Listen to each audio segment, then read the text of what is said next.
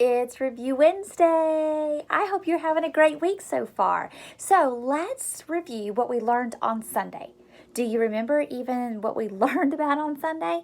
I know you've had a stressful week so far, but I want to remind you about how Abram solved the quarrel with Lot. Remember? Quarrel? Does that refresh your memory?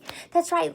Abram gave us an amazing example to live by when his herdsman and Lot's herdsman was quarreling. Oh, but before I give you any more answers, let's start. Now remember, if you've never done Review Wednesday, I'm going to show you a question.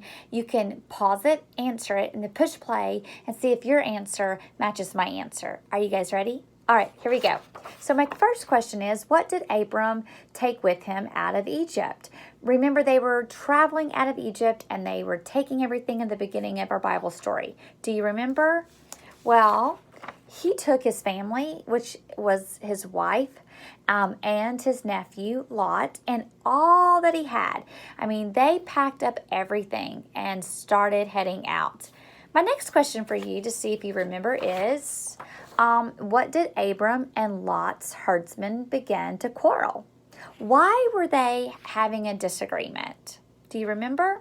Well, it was because there was not enough land to support all of Abram's and Lot's cattle and possessions. So remember the math that we did. Remember 1 acre equals 8 sheep. How many acres did they need for 800 sheep? That is a lot of sheep. Well, they needed 100 acres. Now, I'm really not for sure the details of how many acres and land and so forth, but we know that whatever land that was in front of them was not big enough to support all their cattle and everything that they had. So my next question is, what did Abram suggest they do?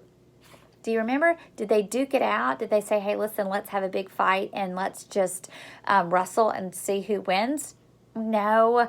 He said that they should separate. Remember in our story, Abram said, listen, if you go to the right, I'll go to the left. If you go that way, I'll go this way. Let's not argue and quarrel about this. So where did Lot move in our story? Do you remember?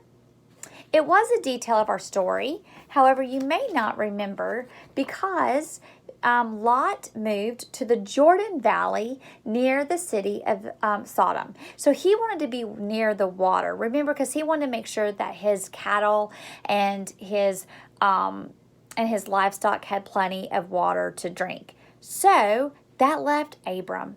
And what did God promise Abram? What promise did God make to Abram? Do you remember? Well, this is a big portion of our story, and we're going to find out later how it came to fruition. God would give all the land Abram saw to Abram and his family. God would also make Abram's family so large that he couldn't even count all of his family members. So we found out that instead of arguing and fighting, Abram worked it out with Lot. And even though Abram was older than Lot and he did have first choice of the land, he was like, listen, this is not how we're going to do this. We're going to do it the right way. We're going to do it the Christ-like way. I love this story. I also want to remind you of this amazing Bible verse that we had this week, and I hope that you are working on memorizing it. It is found in Romans chapter 12, verse 18, and it says, if possible, as far as it depends on who? You. Live at peace with everyone, not just a few people you want to, not just your family members, not just the friends that you have sitting at the lunch table. God tells us that if possible, as far as it depends on us, that we should live at peace with everyone. I think this is an amazing verse, not only to memorize, but to apply it.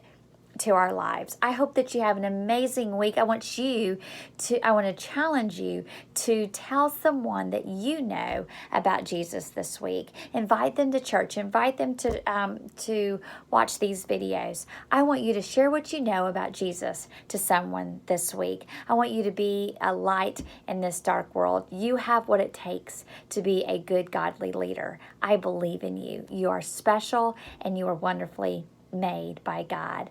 I love you. I love you. I love you. But God loves you even more. Goodbye for now.